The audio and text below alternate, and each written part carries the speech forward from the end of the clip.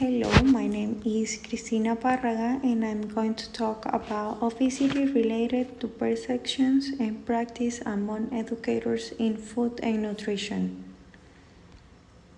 Definition: obesity is a condition in which abnormal or excessive fat accumulation in adipose tissue impairs health. In most cases, it is the result of an energy intake exceeding energy expenditure over a period of years.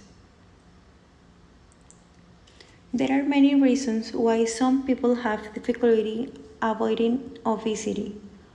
Usually, obesity results from a combination of inherited factors combined with the environment and personal diet and exercise choices. What is obesity and what causes it? Obesity is a medical condition where a person has accumulated an excessive amount of body fat that may impair health. A person is considered obese if their body weight is at least 20% higher than it should be. If a person's body mass index, a statistical measurement derived from their height and weight, is 30 or over, they are considered obese, too. But what causes obesity? The main cause of obesity and overweight is an energy imbalance between the consumed calories, through food and liquids, and the burned calories, through workout and other daily activities. That's because people are eating more fat and sugar while reducing their physical activity to a minimum, thanks to sedentary work, increasing urbanization and more comfortable ways of transport. But that's not it. Obesity can also be caused by a lack of sleep, faulty genes and hormones, or certain medication. In addition, new research indicates that it gets more and more difficult to lose weight, the more weight a person carries. The best treatment of obesity is eating healthy food and increasing physical activity. Unfortunately, it can't be guaranteed to result in weight loss. Unlike anorexia, obesity isn't considered a disease yet, which makes treatment very expensive for the person affected. Always remember, being obese isn't necessarily the person's fault. Don't bully or mock someone because of it. Be gentle. Spread love, not hate.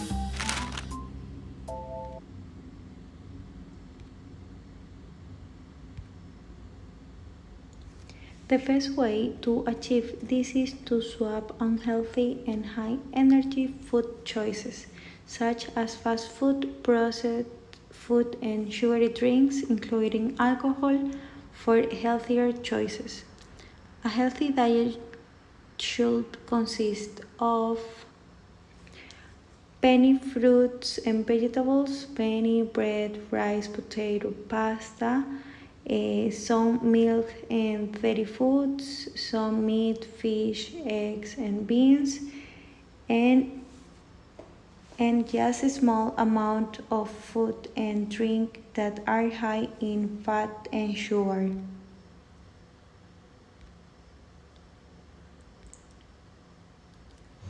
Risk factors: family inheritance and influences, lifestyle choices, certain disease and medication, social and economic issues, age, and other factors.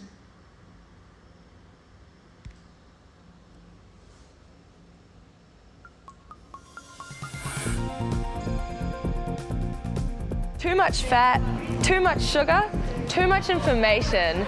Everybody is telling us about what we should be eating, but what is the real story about healthy nutrition? Hi, I'm Hannah Burgess, and I've come to the Liggins Institute to get the inside story about food and how it affects our health, from someone who ought to know, nutrition professor David Cameron Smith. We're told that being overweight is bad for our health and that obesity is linked to some serious diseases. Well, why is this?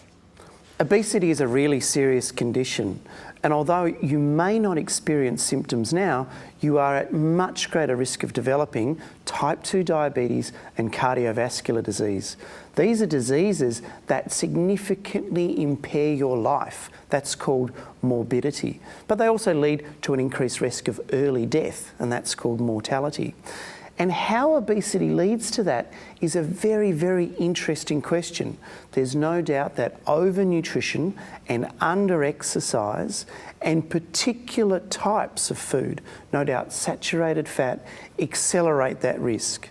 And it accelerates that risk very subtly, year in, year out, such that you find yourself in a situation where you are very unwell.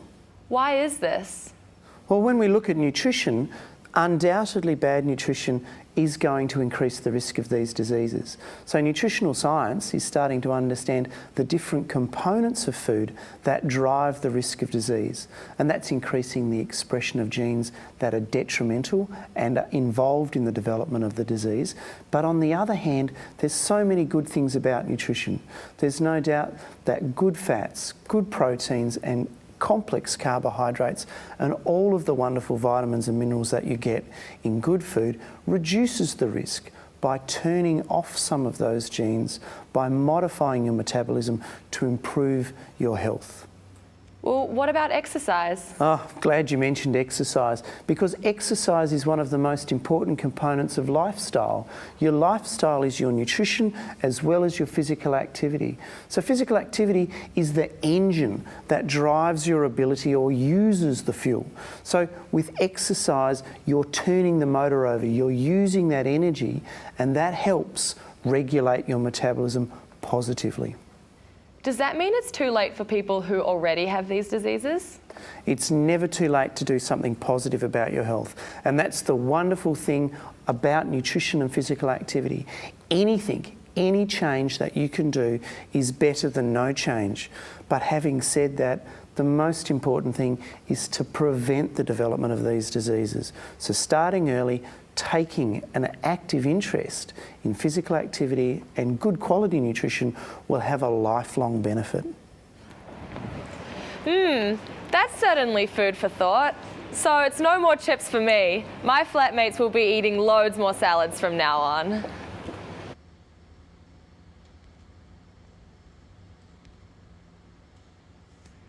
Applied in Ecuador. In Ecuador, overweight and obesity among children and adolescents is growing concern. By 2021, 1 in 10 children under the age of 5 already suffers from this condition. The figure increases with the age 1 in 3 school-age children and 1 in 4 adolescents are already overweight. Conclusion. Recognition is increasing that overweight and obesity are not only problems of individuals, but also society-wide problems of population. Acting on this recognition will require multifaceted population-based change in the social environmental variables that influence energy intake and expenditure.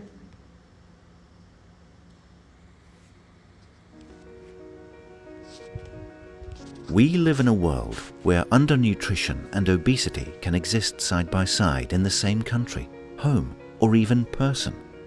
Foods high in sugars, salt, and/or unhealthy fats are leading to unhealthy diets and are one reason why children may not be growing healthily, while causing other people to develop overweight or obesity.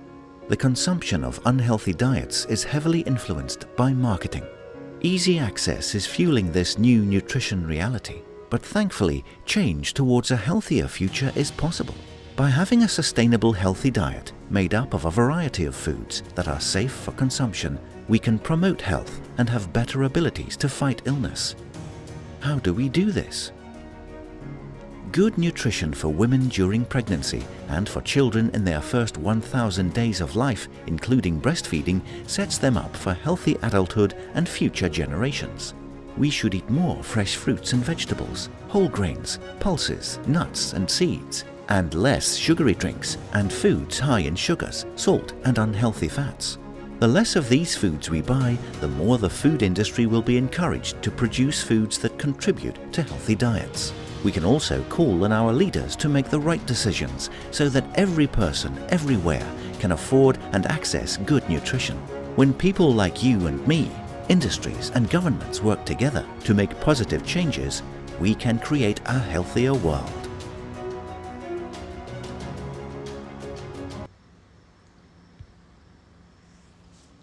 And that's all. Thank you.